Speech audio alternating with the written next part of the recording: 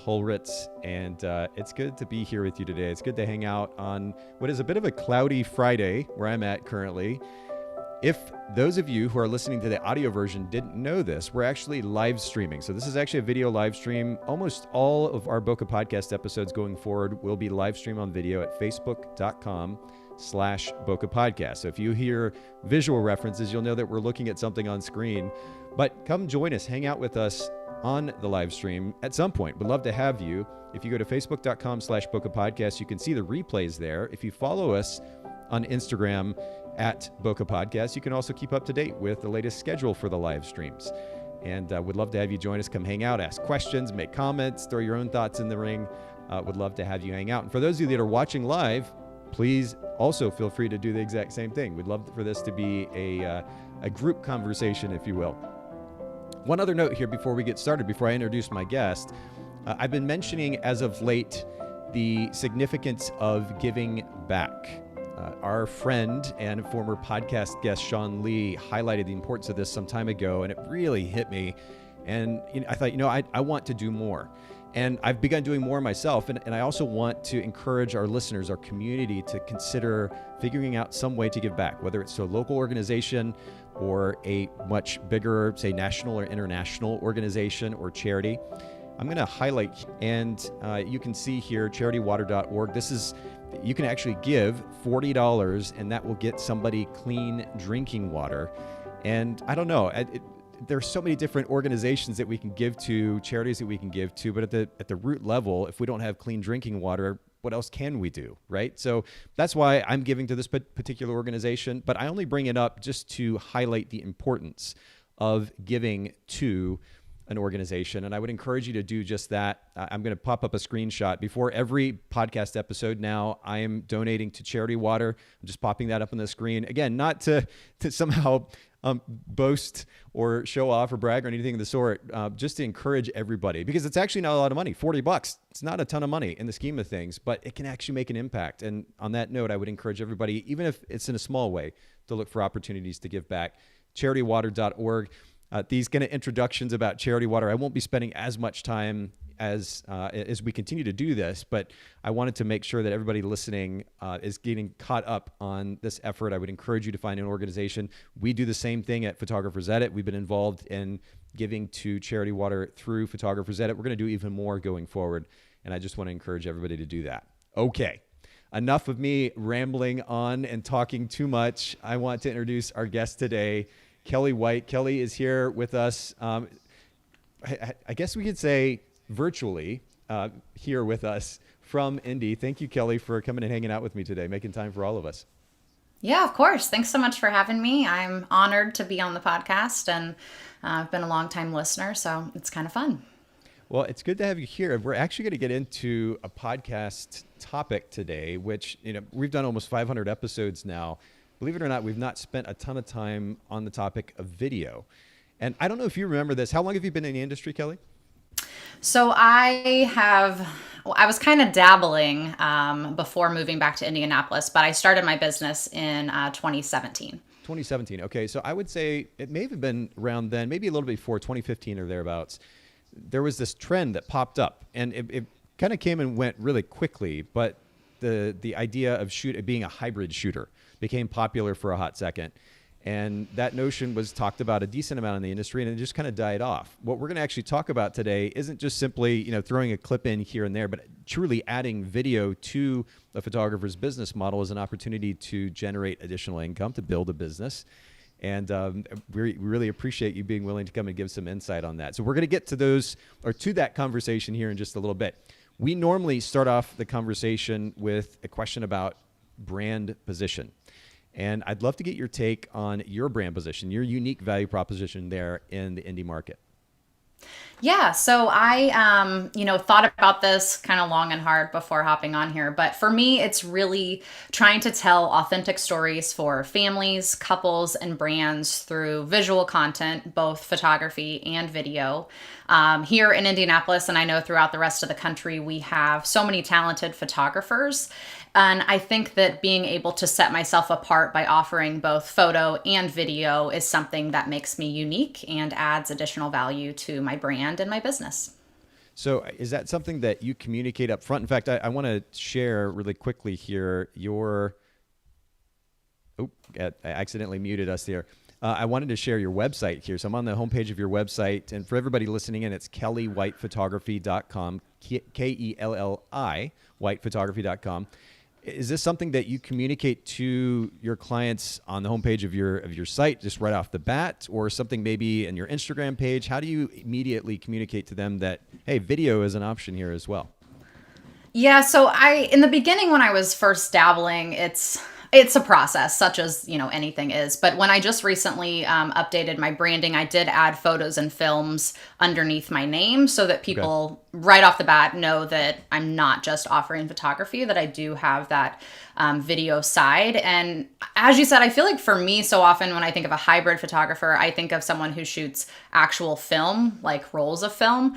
But, for me, the hybrid is video and photography. And I have tried to integrate that more on my website, social media. There's just so many opportunities. Like, I love what you guys are doing with putting this content on YouTube, not only as a podcast, but as a video option. And, every day there's something new, some new space you can add video. So as much as I am in the video space, it's something I'm constantly learning and trying to find new ways to share that content and really set myself apart with it. You mentioned social media. I popped your Instagram handle up here on screen for those of you who are watching the live stream, but it's Kelli, just like the website, Kelli White Photography on Instagram. I'm jumping over here to your Instagram page. Beautiful, beautiful imagery here. And as you're incorporating video more, are you going to be adding video to the Instagram page as well? How do you work that into Instagram? Yeah, it's been one of those that it has been kind of a learning curve. But I do have some content over on Reels, which I'm trying to be better about. And I have been using Canva to create Reels that share my video content. So if you look at the Reels on my Instagram page, I also share stuff over on IGTV and then in stories. A lot of times I shy away from, I think, putting it necessarily in the feed, just because the feed seems to be more cohesive, I think, with imagery. But I do love how they've given you the ability with Reels to add a static image of your choosing and then add in the video content if you want to. So have been playing around with that a little bit, and just need to continue to do it because it's been so fun to see how Reels has taken off, and just all the tools that are constantly evolving. But yeah, video is one of those that I feel like you can never share it enough. There's so many opportunities to have it out there. I've been experimenting with Pinterest. They have like Pinterest stories or story pins, and also some video pins that I've done. So those tend to do really well over there. So it's just a fun, as much as video's been around for a while, I feel like on the social front, it has a bit of a like new frontier feel to it. Well, at least I think that's the case with photographers and the way photographers are presenting their brands, right? I mean, you mentioned Reels, IGTV prior to that. I mean, these have been two tools built into Instagram that photographers have begun to leverage in the last couple of years or so. And so in some ways, I guess in that sense, it's relatively new. Instagram's been around since, 2010 now? Is that right? Maybe even a little bit longer? So certainly this is relatively fresh, but yeah, learning how to incorporate that's certainly important. I think too, just for the sake of variety, but then certainly as a video brand, it's going to be important. And for those of you who are listening, I was scrolling through the Reels there on Kelli's Instagram page as well. You can always go back, of course, to Kelli's Instagram, Kelli White Photography, or come back and watch the live stream and scroll along with us. But I want to keep going, Kelli, because we have a lot to talk about. Let me jump to the next question, which has to do with customer service. I asked this question to almost every one of our guests because despite seeming almost maybe like it's a cliche topic, this is something that is at the root of any successful business, especially in 2021. And we don't talk about this a whole lot in the podcast, but I've been in the industry long enough that, when you look back 20 years, for example, the significance of customer experience was not as great then as it is now, where because of social media and the so-called quote unquote internet of things, word gets out. If somebody has a bad experience, word gets out very, very quickly. Word didn't spread as readily previous to social media and the way that people are talking, even on forums as well. So customer experience does matter. I'm curious if there's a big idea that drives the customer service that you give to your clients. Yeah, that's a great question. And you are so correct that, in the world of the internet, nothing is like hidden or, goes by the wayside. Everything is seen. And in some ways, that's wonderful. It does give you a lot of opportunities for exposure. But for me, when it comes to customer experience and providing the best experience possible for anyone I'm working with, whether it's photos or films or both, it's just really having a sense of attention to detail and trying to be the best listener that I possibly can. I think getting to know the individual, whether that's a family or a business owner that I'm working with or a couple, and really finding out kind of what is important to them and asking those right questions in order to discover perhaps what they love about their family or what makes their brand unique. I think the more you can listen to the client that you're working with, the more you can tailor the opportunity to provide great content for them. And it really helps me a lot on the film side to craft scripts for people when we're including audio. Yeah. And just the more I feel like I care about them as a person and get to know them, the better I think I can provide a high quality experience. My background is in event management, so having that attention to detail is something that I've been kind of exposed to for a long time. I actually studied it in college. So, it's something that I pride myself on and really try my best to treat everyone as an individual and see what they need from my customer experience. Now, if I were to play devil's advocate here, I mean, this has become a popular concept, right, in recent years. So the idea that a photographer is spending time focusing on the relationship and putting a little bit more attention in that direction isn't necessarily unique. But I think what can be unique is actual attention to detail. And the reason I say actual attention, and you've probably experienced this too, Kelli, like if you have a conversation, you're on the other side of somebody and you see them asking, maybe they ask you a question and they're looking at you, but that look in their eyes is kind of blank and you can tell they're not actually paying attention, right, to the details of your response. I'm curious if there's something that you do in your interactions with clients, whether that's through a form of, a questionnaire or the actual conversations in person, that enables you to pay better attention to detail than the average person. Because I know I've been guilty of it too. It's easy to kind of check out and zone out. You ask a question and then you go somewhere else.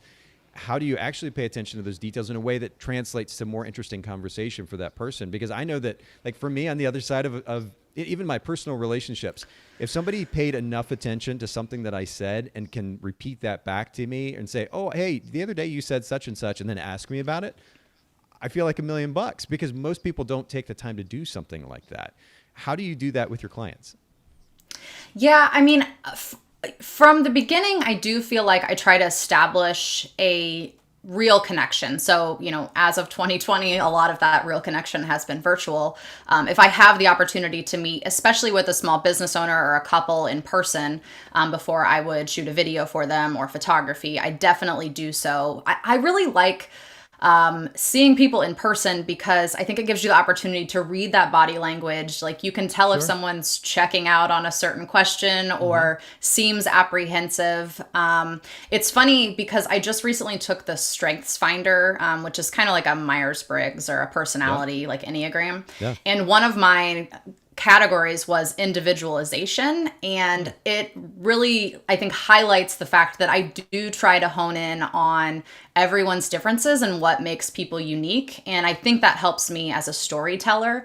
I also really try to provide very in-depth questionnaires when I send them to my families or my clients, trying to get out of them what makes their business special, or if it's a family, what little details do you love about your children, or what are your favorite activities to do on the weekends as a family, not just asking like how many people are in your family and what are their ages and where do you guys live, trying to get a little bit more in-depth and real with people. I'm Midwest born and bred. I like to think that we're kind of down-to-earth people, and I really pride myself on trying to get to the root of who people or who their businesses are in order to get those details. I think it's important. When somebody has an experience with us as photographers or videographers, a lot of that experience has little to do with the actual photography or videography. It's how they experience us. What is it like to be on the other side of that person? This is a phrase that I got from my friend Sean Austin, who's been on the podcast a number of times. He owns Kiss Books.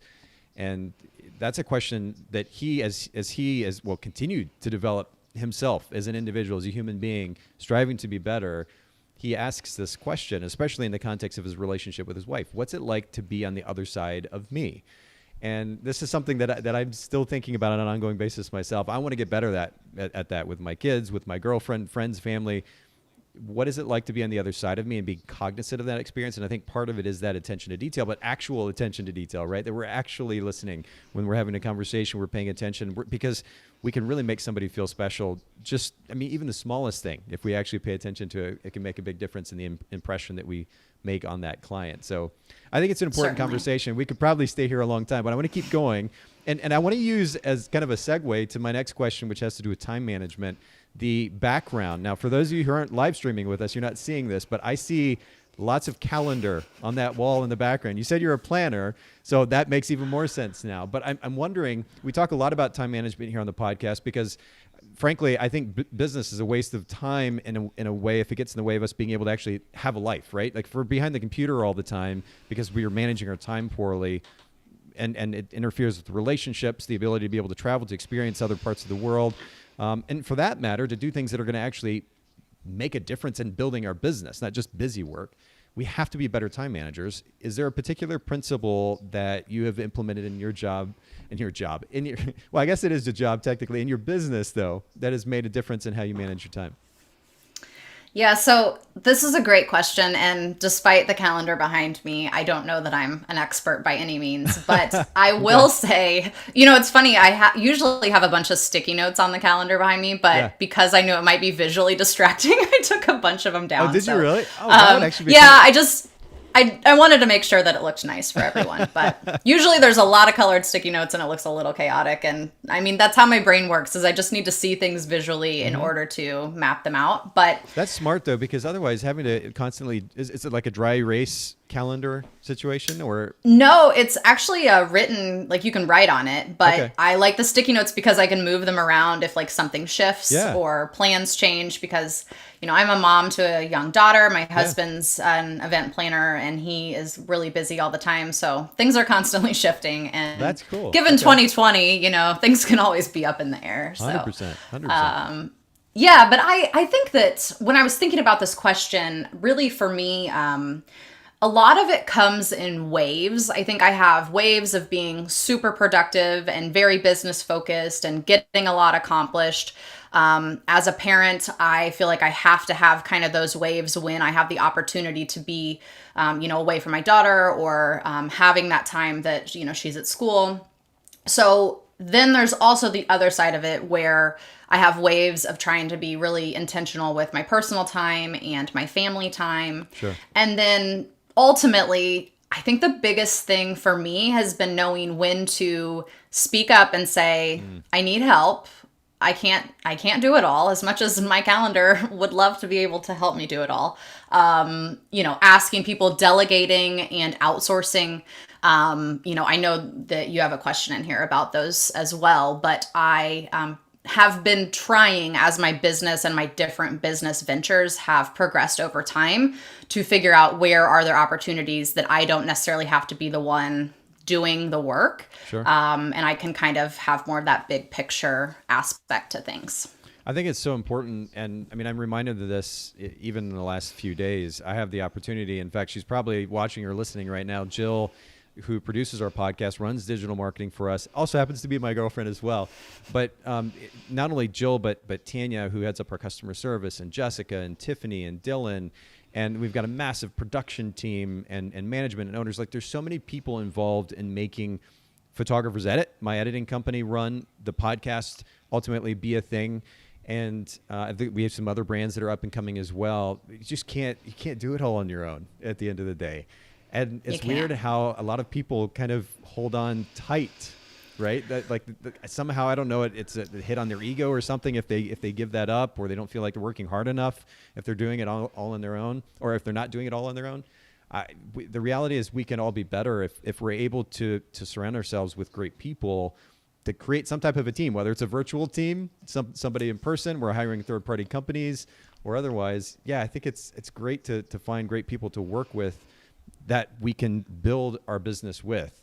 And I think really we should use this as a segue to that question about outsourcing. I mean, is there is there a particular element of your business or elements of your business that you have experimented delegating or outsourcing to somebody else or to a different company? Yes, I have. So for the most part, the things that I outsource right now are the majority of my photo editing is outsourced. On occasion, depending on what the project is, I may edit the photos on my own. But for the most part, I feel like I've gotten my style to the point that it's consistent and something that I was able to hand off, and happily so, because it can be a very tedious, lengthy process. And then the other thing, just starting this year, I've gathered some help with is some of my social media scheduling and my blogging. So a lot of times I'll get a blog started and I have a VA who helps me to get that information finished. Also like email marketing, she helps me a little bit with that. Wow. So I have tried to loosen the reins and give up some freedom. Yeah. I did also want to mention though, not only is it in business, but I think if you can find opportunities to outsource things in your personal life, it can make you a happier person. Like I've just started ordering, this isn't an ad, but HelloFresh, like they have, the food that comes, and then I just don't have to think about what is for dinner each night. So that's really nice. We sometimes have someone come and help us clean our house, which I'm so grateful for because I'm just not the best housekeeper. So, you just need to know your weaknesses and where they lie, or just things that take time away from money-making projects or time with your family. Yeah. I think, again, there's an apprehension on the part of some people too, that there's this like, I'm being lazy if I'm paying somebody else or asking somebody else to do this thing. And I think really it's just about intentional use of our time. Where are we giving that time, that effort, that energy? And, currently I'm in an apartment, but when I had a house, and it wasn't that big, 2,500 square foot home, but when I was in a home, we had somebody that would come and help clean the house. And that there was a part of me that was thinking, okay, like I should be cleaning or teaching my kids how to help clean the house. And there's a certain amount of character that's taught through that experience, I think. But at the same time, if I could give that over to our house cleaner, and it meant that I had more time to go to the park with my kids or take them to go to some event or whatever it might be, that to me was more important in the scheme of things than making them do a chore or, me vacuuming the carpet or whatever it might have been. It was super nice to have somebody there who's doing this deep clean. And you're like, oh my goodness, this looks amazing. And so it felt like a treat, but I feel like the intentionality behind what we delegate is what matters probably the most.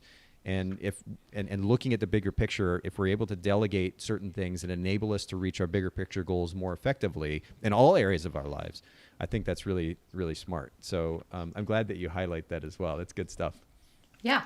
I completely agree with you. And I think that for me, it's just been finding the opportunities to kind of give the smaller projects away or, teach someone else how I do it and then let them run with it and then have the opportunity to continue kind of growing my business, because I just don't think I would have the time to invest in growing the future of my business and the different ventures that I have if I was still focused on editing every single photo that came through. That's or, true. Putting together every email newsletter. So yes, it's been a blessing. And I know at first it can be a little scary, but I encourage you to jump in before you're ready.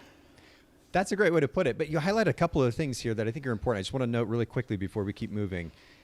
One is the significance of understanding. You talked about delegating your editing and understanding your style before you did so. That's really important. And this applies not just to editing, but to really anything that you delegate to somebody else. The experience is going to be so much better if you're actually clear about what it is that you're going to ask that other person to do. What we've seen at Photographers Edit is that photographers will come to us they're like, okay, I want to experiment with outsourcing. And they're not actually clear about what it is that they want. And so they're not effectively able to communicate that to us. And of course, our team, we're really good, but we can't read minds at the end of the day. Yeah. And so what we're able to deliver from poor instructions is not great. And then the assumption at that point is, oh, well, I shouldn't have done this in the first place, or they don't know, they can't match my style. The reality is that we didn't get clear instructions in the first place. And again, this is not just about editing. It could be album design. It could be delegating administrative tasks like you were talking about with your VA. Anything. If we're not clear about what it is that we're asking somebody else to do, the experience just isn't going to be that great. So I would encourage all of our listeners, if you attempt to delegate anything, be clear about what it is that you want so that you can clearly communicate what it is that you want to the person on the other side of that conversation. I think that's really important. The other thing that you mentioned was the importance of delegation for the sake of being able to scale your business. And I realize that there may be some of our listeners who are sole proprietors who maybe they don't really, like they're good making, $60,000, $70,000 a year, shooting a few weddings here and there, maybe some portrait sessions, a little bit of commercial work, whatever it might be. And they're great with that. They have no intention of scaling, and that's totally fine. But for anybody else who actually wants to grow a business long-term, to effectively scale, delegation is important, and it does free us up to do the things that will enable that kind of growth and scale. And I think that's really important that you note that too. 100%. I completely agree. And, the process of kind of taking a step back from your business and thinking, okay, how do I put this email newsletter together? And, how do I schedule my social media posts in order to communicate that to someone else does take a little bit of time. But Sure. Once you get a good system going, it is well worth it. And the process of kind of growing the educational side of my business, and I actually just opened a studio share space here in Indianapolis. Oh, cool. There's just a few different things that I wanted to get into and wouldn't really have had the time to do so if I hadn't started delegating. Well, I want to ask you one more question here before we get into the conversation about adding video to a photography business. And that is about a favorite book. This could be a self-help book or a business book, a couple of them if you even want to. But is there one that's made a particular impact in your life or your business in the last few years? Yeah, so this one I read, it's been a few years, so I'm sure that it's a popular choice for a lot of people, but I love to read. I love to read self-help along with, fiction, and I love like murder mysteries as well. But as far as impactful business books, the book Big Magic by Elizabeth Gilbert was probably one of the most transformational in me deciding that it's okay to pursue a creative endeavor after being in a space of kind of the corporate world. I worked in nonprofits, event management, fundraising, and was a little bit scared to take the jump into doing something like photography. But the thing I love about that book, it's an analogy she talks about in one of the chapters, and I still come back to it over and over, but she talks about how fear can be a passenger in the car. So she gives this analogy where there's all these people in the car and fear is one of them, but fear cannot drive. Fear has to sit in the back seat. Interesting. But fear is going to be there. And it just is such a great way to put things in perspective and make you realize that most of the time you're going to have to do things, even when you have that hesitation or that fear or that doubt. You're still going to have to do it. You just can't let the fear be in charge, or a lot of times those things will never get accomplished. I like that. Okay, well, first of all, It's a cool one. Well, it's good. I want to come back to it because this is a really powerful concept. I was popping up on screen for those of you who are watching the live stream, or if you're listening to the audio, of course, you can always go back and watch the replay of the live stream. But on Amazon, Big Magic, Creative Living Beyond Fear by Elizabeth Gilbert, and we'll make sure to link to that in the show notes as well at bokehpodcast.com. I want to come back to what you were saying, though, about this concept, because this very much reminds me of something I've talked about here on the podcast before from an author named Michael Singer. He wrote the book Untethered Soul, and he talks about the thoughts, the feelings, the so-called voice inside of our head, treating that basically as an object as well. Very similar to what Elizabeth talks about in having fear as a passenger. The interesting thing about having fear as a passenger, using that picture specifically, is we're still in the driver's seat, right? So we get to control the direction where we're going. We get to decide that.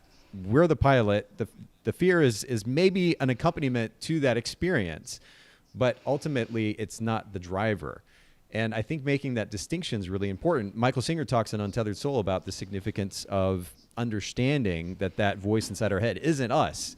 These feelings, these emotions, these thoughts, these are objects that we can choose how to engage with, but they aren't us. And we give, in our culture these days, and I've certainly been guilty of it, but we give so much weight to those feelings and thoughts, when the reality is we get to actually choose how to engage with the world at large. And those feelings and those thoughts are objects that certainly we can see, we can acknowledge, but then we can also choose to let them go as well. They don't have to drive.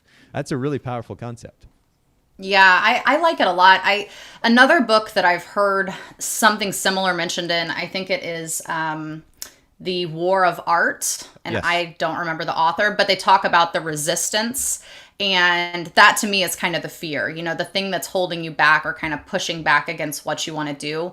And it's, for me, my fear is a lot of times like the worst case scenario. So I have to remember that, this is just a passenger in my car. I'm the one driving, and I don't have to listen to the backseat driver all the time. So not at all. That's how I put it. Tell that thing to shut up. Yeah, for sure. Yeah, you mentioned The War of Art, and that is Steven Pressfield. I've got that pulled up on here on the screen. That's it, yeah. The War of Art, Break Through the Blocks and Win Your Inner Creative Battles. And we'll link to that in the show notes as well. Definitely a popular book that's been mentioned here on the podcast before, but that's good. I like having these.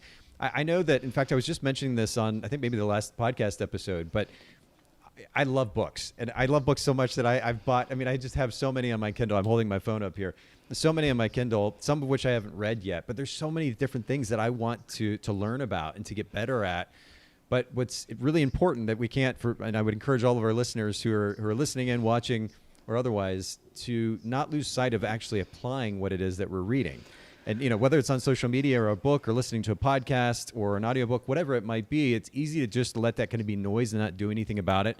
We need to make sure to actually apply what we read, and it really can make a big impact. So we'll make sure to link to those in the show notes at bokehpodcast.com. And just a side note as well, we've got a really kind of a fun resource, bokehbookshelf.com, just like it sounds. For everybody listening in, if you want some other book recommendations, see some of the most popular recommendations on the show, go to bokehbookshelf.com as well. Take advantage of that resource. All right.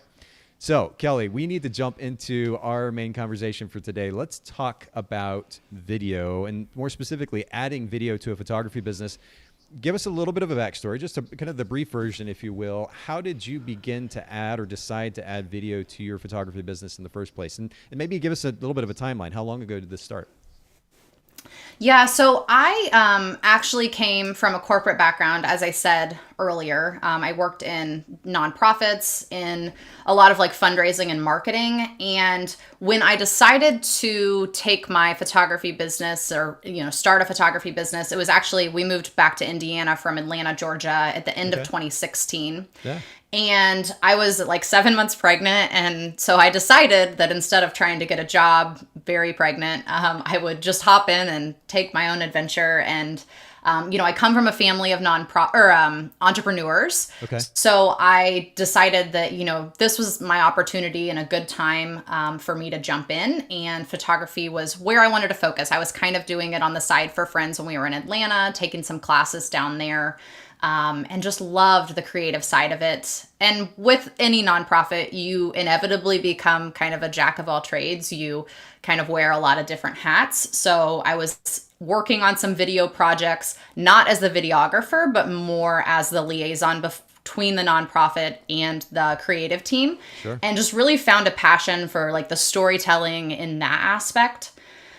So when we moved and I started my business, I really wanted to set myself apart because, as with any place in the country or the world, there are a lot of photographers, and many of them have these, wonderful customer experiences. They provide very high quality imagery. So in order to set yourself apart, you have to think outside the box, find a way to be unique. So early on, I decided that video was something I wanted to do. I started my photography business in 2017, and probably by the end of that year, I had decided that I think I want to jump in. But I was a little bit intimidated because, to be completely honest, at least at the time, there weren't a lot of women in the space. It was a lot of male videographers, especially in my area. And then even when I would go onto YouTube to try and find videos to learn, sometimes it was a little gear heavy and a little over my head. So I, inevitably taught myself through a lot of YouTube how to do some of these smaller projects, really just how to move my camera from photo to video mode. And within about 6 months, I had decided that this was going to be my thing. I wanted to tell stories in this way. I started with a lot of families and smaller video projects with small business owners, just to kind of get my feet wet and really learn if this was something that long term I was going to be able to make successful. And ultimately my love of storytelling, as I mentioned, and just creating impactful images was something that I felt was best conveyed through the medium of video. And, I'm a huge like movie lover, and I really love reading books. And I just felt like video had the opportunity to tell stories that maybe a single frame didn't have that chance. By the way, you can't say you're a movie lover without telling us your favorite movie. My favorite. Oh my gosh, it's just like almost too hard to, I feel like it's constantly evolving. Yeah. So as a child, I feel like my favorite movie was The Wizard of Oz. Okay. I mean, as an adult, I don't even know. I will say that cinematography wise, one of the greatest things that I have watched recently was The Queen's Gambit. Beautiful. I mean, it's beautiful, like so well done, and some of the shots are just insane. And then there was a movie. By the way, the writing on that is pretty great too. It's hard to find a show these days that's not just so predictable, and the writing on that show is really, really good. It is. It's wonderful. I also love like romantic comedies. I'm kind of all over the place. Sure. So for me to pick one is just a little bit hard. And now I'm like on the spot. I say I'm this movie lover and I can't even come up with more. You gotta back it up. I know. I'm trying to think. I also love comedy. So like, it's just all over the map. But anyway, I love paying attention to cinematography. Nomadland is another one that we just recently watched that was nominated for Academy Awards this year. Mm-hmm. That cinematography is like bonkers. So it's just fun to watch and get like inspiration, because while I'm not shooting movies for a living, I am creating films for business owners and families and trying to find cool ways that I can incorporate some of the things I see on the big screen or on TV into my work. Has been just a fun little challenge and something that really resonates with me. And I really enjoy it. I mean, even just paying attention to the way that lighting is handled on movies or in TV shows, that was a massive, not just inspiration, but ultimately a kind of a learning curve for me, or a learning opportunity for me, I should say, just observing the way that lighting was handled. Rim light in particular, or backlight in particular, the way I began to notice this as I was watching a TV show or a movie years ago. And that translated to the way that I was shooting as well. It was really helpful to become aware of that. And so while movies and TV shows can be entertainment, they can also be really great sources of inspiration and education as well. How tough was the learning curve for you, though? I mean, I know that you've got kind of little bits and pieces of background in video, but when you actually decided to go all in with it, did it take some time? What did that process look like? It does take some time. It's not something that I feel like you can just pop up tomorrow and say, okay, now I'm offering video to my clients. But I will say at the same time, as a photographer, you already have a lot of the basics down. You already understand exposure and white balance and focus. Sure. You just have to learn how to take all of the elements from photography and apply them to video. So there is a learning curve. I would say just to kind of work it out in my mind, I know you were mentioning timeline earlier, but I started dabbling in video kind of on the front of thinking of adding it to my business during like the spring, summertime. And then probably by the fall, I was doing a lot of my model calls. And then in the winter, I was really ready to add it to my business. So I think that it's something that does take some time. There is a learning curve. But if you kind of sit down, buckle down, learn the settings, how you're going to utilize your camera, and really kind of what you want to shoot, like what is the goal with video if you're thinking of adding it? Are you looking to just do it for maybe your own family, which I think can be very, very valuable? Or is it something that you want to, work on weddings or commercial clients? Because those are going to require like a different level of learning, because you're thinking much more into learning like how to get high quality audio and make sure that your editing is top notch. So I think knowing your end goals kind of help you to figure out what you need to learn and focus on. But as far as just like jumping in and getting started, I do think that's something that anyone who's already a photographer and already understands a lot of those elements can get started right away. I would say, I would venture, and I'm not a videographer myself. I've dabbled a little bit here and there, just creating ad content, but it seems like editing would be one of the biggest challenges, because as you said, especially for a wedding photographer, for example, the idea of storytelling is not a new concept, but doing that with video and then actually putting that together in a way after the fact with editing seems like it would be a massive challenge. And I know there are different styles to the editing as well. Was that a big learning curve for you? Yeah, I will say, so I think I may talk about it here in a future question, but I started out just editing in iMovie because it was something that I already had on my computer. It was free, and it gave me the opportunity. Yeah, I mean, super intuitive, like a lot of drag and drop. And so I think that's a great way, is like start with something that seems pretty simple, maybe a program you already have. I also tend to mention DaVinci Resolve, which is a little bit of a more robust program, but it's free. So if you're not necessarily on a Mac and you don't already have iMovie at your disposal, then I like to recommend that one as well. Yes, video editing does require some time to learn, but at the same time, you took the time to learn, Lightroom or Photoshop for photography. I would say the scale is similar.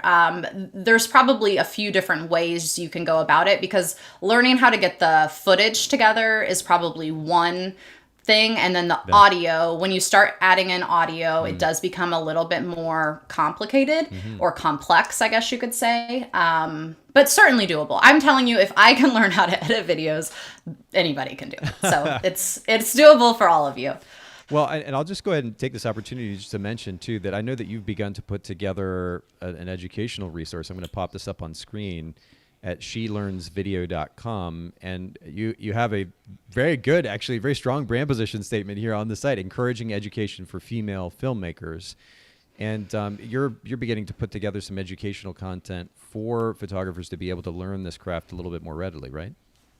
Yes, I have the website has a blog, and then I also have a YouTube channel where I've been trying to put out just content that is really focused on photographers, especially female photographers who are interested in the possibility of adding this to their business or learning this tool for, Oh, we got audio's going. We got the audio from your YouTube channel there. Yeah. Sorry about that. Yeah. That's okay. It pops right up on YouTube. Their settings are sometimes a little bit strange, but so and then that's been a whole nother learning curve. It's just learning how to run a YouTube channel, which I'm sure you can relate. So lots and lots of content over there, lots of free content. And I really just wanted to, as I said before, when I was thinking of getting into this space, there weren't a lot of female videographers, and there definitely wasn't a lot of female education. So I think for me, it's just kind of trying to be as relatable as I can and try to explain it in a way that is like efficient and not super tech and gear heavy and overwhelming, because I think at the beginning that was such a it was something that held me back for a while, because I thought, I don't know that I can shoot video because it just requires so much. Everyone I had seen shoot it before, it was just such a big production. There was so much that went into it, but it can be simple, and really as simple as you want it to be, if you're just trying to get started and just jumping in. Okay, well, fair enough. We're going to... we'll set that aside for a second, because we could probably spend multiple podcast episodes just digging into some of the technicalities of even getting started in video. We'll make sure to link to both She Learns Video and, of course, your YouTube channel in the show notes at bokehpodcast.com. But let's add some context, I guess, to this conversation, because, of course, many photographers have their hands full just running a photography business. They need some motivation to actually even consider adding video in. But it's an opportunity to ultimately grow their business. And I'm curious if you'd share a few ways that video will do just that. Yeah, so there's so many ways that I feel like video can be impactful for your business, but the ones that I think are the most important is, first and foremost, as I've said before, you're going to set yourself apart from the competition in your area. So if you feel like it's been hard to gain traction, or you just feel like there are so many photographers in your area, how could you compete on price or compete on customer service? Being a hybrid photo and video creative gives you such an advantage over other people in your space. And I think that I have had a lot of opportunities that have come up because I have the ability to shoot both. Okay. And then the second one is really important, especially as a business owner, but that's just diversifying your income and giving you the opportunity to make more money in a variety of ways. I think that it's so crucial right now. I know I've referenced the 2020 year, but video was such a game changer for me in 2020 because it honestly is the real reason that I think my business was able to like thrive and survive a global pandemic. I had a lot of opportunities that came about, especially on the business side of people who, as the pandemic was kind of winding down, wanted to have opportunities to create content for their brand and for their business to share. I think some people thought 2020 was a great opportunity to kind of invest back in their business and take the time out to do these projects that maybe they were so busy running around with on a business side before that they didn't have time to stop and think about. So I did have some awesome opportunities to work with creative business owners, event planners, florists, a lot of people in the Indianapolis area who wanted to have videos made. And the other thing with that is not only are you going to improve your opportunity to make more income, but I think that it makes your photography better when you shoot video because you're having to get exposure and white balance have to be pretty spot on for video opposed to photo. I think with photo, we just have a little bit more flexibility when we're shooting in RAW. And with video, you're trying to get it about as close as you can in camera so that your post-production becomes a lot easier. You just don't have as much wiggle room as I feel like, at least myself, I did with photo. Okay. So it made my photography better and then gave me the opportunity to charge more for my photography. So diversifying your income, growing your income would be my second point. And then the third point is going to be improving your reach. So we know we talked a little bit about this earlier, but you can create more shareable social content with video. So video content, it's doing so well on social and the web. It leads to improved SEO, and ultimately it just leads to more opportunities for traffic and exposure. Yeah. Anytime I share a video on Facebook, if it's a wedding video, you've got, tons of comments, tons of shares. If it's a family film, same thing. A lot of small businesses that I create videos for, I give them a resource at the end of it to say, hey, here are the ways that you should be sharing this content because there's just so many awesome opportunities to share it and really improve your reach. Yeah, I would agree too. I mean, honestly, a big reason, probably the biggest reason that we started doing this live stream, the video stream of the podcast, was for the additional content. I hope that eventually, we're brand new at this, so eventually we have a little bit of a crowd and we get a little bit more engagement. We've had a little bit here and there, but at the end of the day, to actually have video content to go along with the various marketing efforts for the podcast and for Photographers Edit in the end as well, I think is a really big value add. And so I totally understand what you're saying there about having that additional, really it just adds an additional stream of or an additional opportunity, as you said, to reach people that maybe wouldn't be as interested in the static content, but the video content catches their attention, make a little bit more impact that way. I completely agree. And to go back to what you were saying about repurposing, on the She Learns video side, I have found that, creating the content for YouTube and then having the opportunity to take that content and make it into a blog post and take that content and make it into social, graphics or things that I can share throughout the social media world or on my website. It's been a great way to repurpose and reuse things. And then the last point that I wanted to talk about, and I think this one kind of brings it full circle a little bit in our conversation, but I do think video allows you to better serve your clients because in a way, if they're hiring you for photo and they also want a videographer, you could be that person. You could be both. They're working with just you. They don't have to necessarily hire someone else. It does depend on the project. Obviously, a lot of times with weddings, you'll have both a photographer and a videographer. But for a lot of these business projects I've been working on, it gives me the chance to serve my client well by offering both of these services. The other thing in serving your clients well is that you can create informational and educational content for your clients. So for example, I wanted to say welcome videos. When you bring a new client on, you could make a video to say welcome. I'm so happy that you inquired with me, or I'm so happy that you booked. You could do video walkthroughs, which I do these a lot for galleries, especially when I have extended family sessions. So maybe you have like grandma and grandpa trying to navigate like how to purchase their images online or how to buy an album. Doing a video walkthrough for them is a total game changer and can also 100%. increase your revenue, exponentially. Yeah. Increase the sales. And for that, I tend to utilize tools like Vimeo, which does a screen record, or then Loom. Those are some tools that you can really easily utilize and send out to your clients. So it doesn't always have to be with your big camera, but it can be with your screen. And I didn't realize Vimeo has a screen recording tool. Yeah, I've been using it. I actually started using it a lot with my VA. Okay. So yeah, it does like a screen record, and then I have it just up in my toolbar, like with the little bitty icons, and I'll screen record and pop them over. It puts it in like a private folder on Vimeo that you can. So not, it's not out there for everyone to see, but it gives you the opportunity to share it. Yeah. It really does make a difference. I use a program, I'm on a Mac, but I use a program called ScreenFlow, and I have for years now, that screen grabs, but then you can also, of course, pop up video of yourself somewhere in that and be able to send personal messages where you're explaining something on the screen to the person. And in my case, in many cases, it would be for a client or a potential client, walking them through something.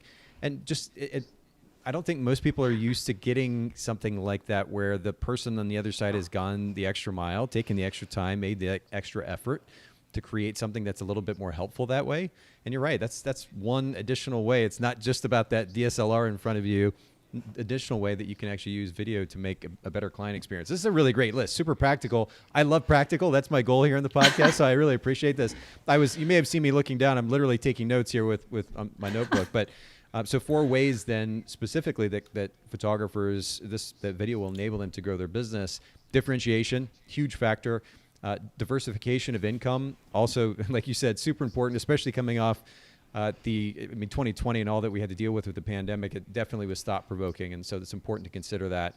Improvement of reach, and then number 4, a better client experience. This is really good. Okay, so I want to jump to, these are certainly compelling reasons, and I know, again, this could be like a 10-part podcast series getting into video because there's so many different moving parts, but at the very least, I want to give our listeners some steps, some starting steps, if you will, to get started. If they're like, you know what, this makes sense, it's compelling, I've been thinking about maybe even adding video to my photography business, what do I do next?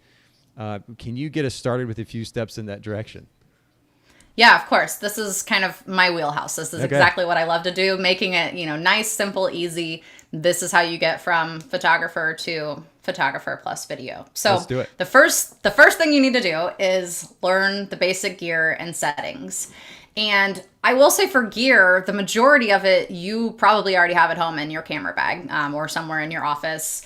And I think that occasionally the first investment that I encourage people to make is a microphone. So if you want improved audio, a lot of times I encourage people to get a shotgun microphone, which is one that just sits right on top of your camera. Yeah. Rode makes a really great one. That's a great, the Video Mic Pro. Yeah, the Video Mic Pro is great. I will say if you're going to invest in it, do the Mic Pro. They also have a Micro, which is a little smaller and cheaper, which I bought in the beginning because as I said, I was like, I really want to do video, but I'm very intimidated by the gear. So, but when it comes to even photography and video, making the investments in like high quality gear in the beginning just saves you so much money long term. So if I have to recommend one shotgun mic, it would be the Rode Video Mic Pro. And just for listeners who are curious, even that Video Mic Pro is only like $150, $200. It's still not that expensive. So it's not a big ask. Yeah, exactly. Not bad at all. When you think in terms of cameras and lenses. It's great. And I've used it to shoot countless video ads at this point. And I use it for a little Canon YouTube. 90D or 70D or whatever, and it works awesome. It makes all the difference in the world for sure. Totally. So that's usually the only investment I encourage people to make in the beginning, to kind of talk through the gear, your camera, your lenses. Batteries, you're going to probably need maybe an extra one because the batteries go Or a little three. bit quicker. Yeah, or three, or a lot. But usually if you're a photographer, you have lots of spares. So you probably already have that. And then the other thing that I use for stabilizing my camera, especially when I'm shooting family films or like my own personal content, is just a camera strap. I like to have one that's really stretchy, and I'll wrap it around my wrist and just hold my camera out tight so that you're using kind of the back of your neck to stabilize the camera. So as opposed to using a gimbal, then have you played with a gimbal at all? Yeah, so I have a gimbal and I use it for weddings and sometimes for corporate clients. But in the beginning, I just don't want to, again, this is going back to when I got overwhelmed with like gear terms. I just feel like the word gimbal and stabilization, these are all things that are really new in the beginning to a photographer.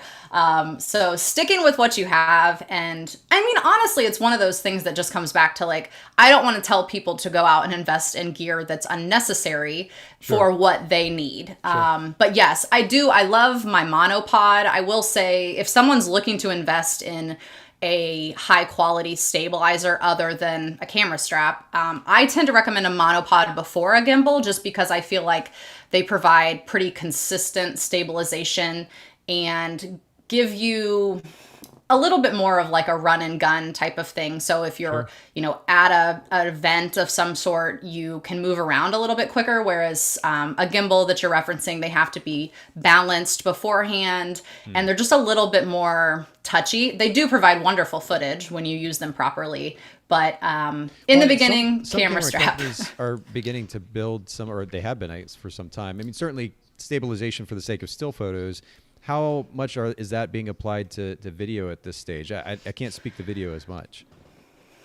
Stabilization of still photos. So you mean like in body? Correct. Yeah. It's been applied to still photos for some time now. But in-body stabilization for video, is that becoming more and more commonplace? Because, I mean, I have a GoPro Hero 9, and that thing is awesome. I mean, I'd literally just pick up the camera. It's got a little mic on the front, the stabilization built in. I don't need anything else. And I just wish that you could do that on a pro level. It'd be so much simpler. Yeah. A lot of the, so I just got the Canon EOS R6 in, I guess, whenever it came out. I pre-ordered it and then got it in the mail, I think in September. It has in-body image stabilization built into the camera body. And then if you use a lens that has image stabilization, shooting handheld, especially with that camera strap, you can make some pretty smooth moves and some pretty smooth footage. So, again, going back to just starting basic and utilizing the gear you have, I think that's the way to go. But yeah, the ability to improve stabilization and image quality, I think every year they come out with a new camera, you're going to have more and more opportunities to just, make that thing work for you and rather than adding in additional tools. Okay, so to kind of go back, I feel like we got on a tangent with the gimbal. Oh, it's fine. Yeah, there's lots to talk about. Okay, so we're starting with learning the basics of the gear and the settings. And I mean, to that end, are you...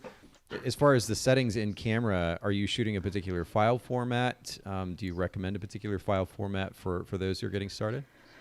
Yeah, so I tend to recommend that as far as the frames per second, I think that's something that is, it's a setting that you don't necessarily have to set for photography. So I tend to recommend that people shoot in 24 frames per second if you're capturing any type of audio.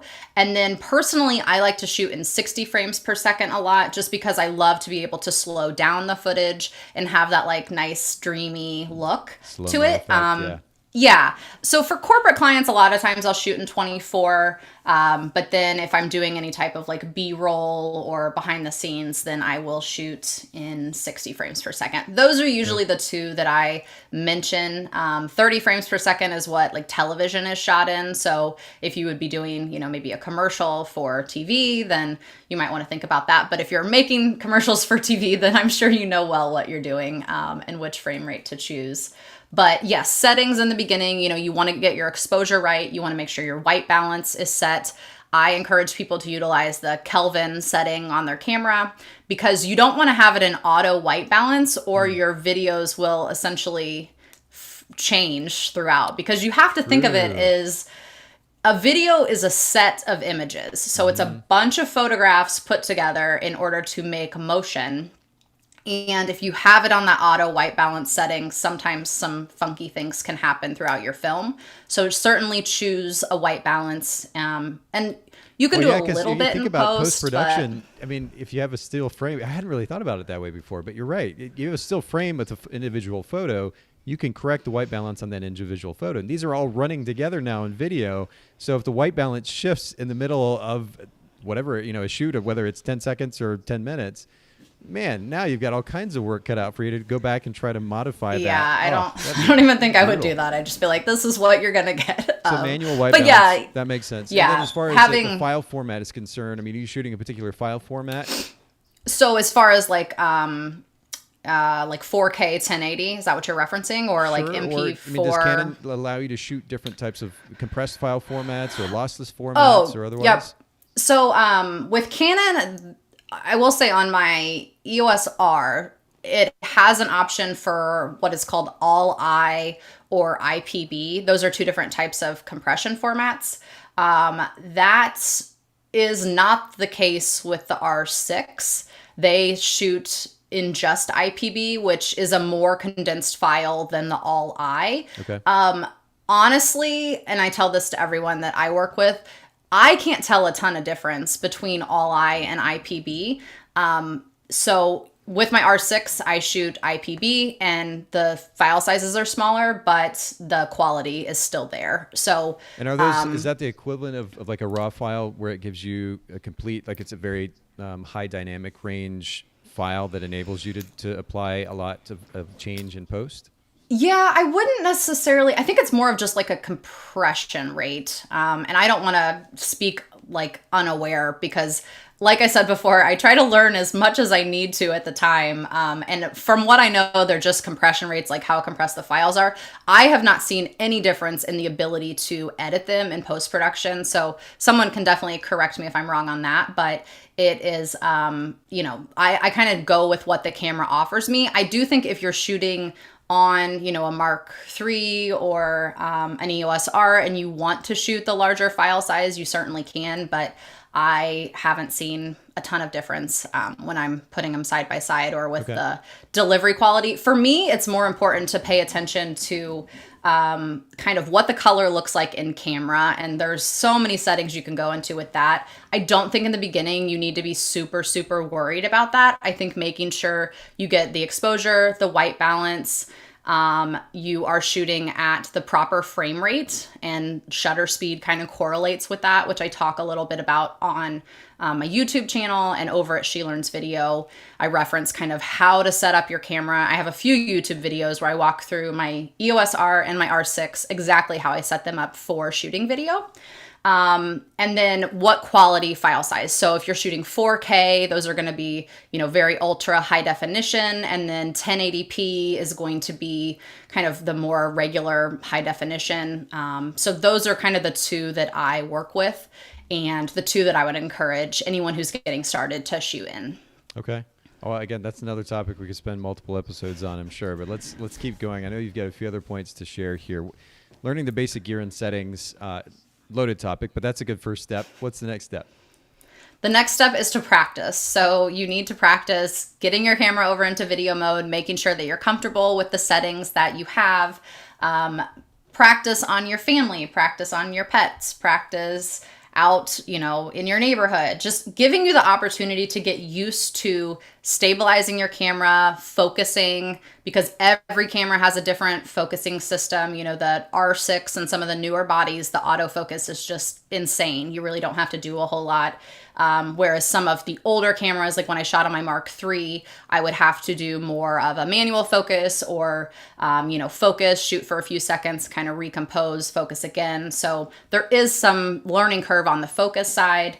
And then just taking the time to play around, learn, practice, because that's how we all started with photography. So many people who have gotten into the business of photography started out just taking photos of their family or their friends, and you have that you give yourself that grace in the beginning to know that like this isn't going to be perfect. It's not going to be something that I'm necessarily putting on the internet or on YouTube, but you are practicing, you are learning, and that is a very important step that I encourage anyone who is getting started to take seriously. And did you ever set up shoots specifically so you could practice those things? I mean, I get taking advantage maybe of shoots you already had scheduled, but whether it's with family or friends or otherwise, just to get, it seems like that, even just switching back and forth from video to photo and making that transition smoothly in the middle of a shoot, making sure you're not losing anything in the meantime, that would be, I mean, if I think about it now, like that's nerve-wracking to me. I wouldn't want to mess anything up in that process. Did you spend a lot of time doing that kind of thing?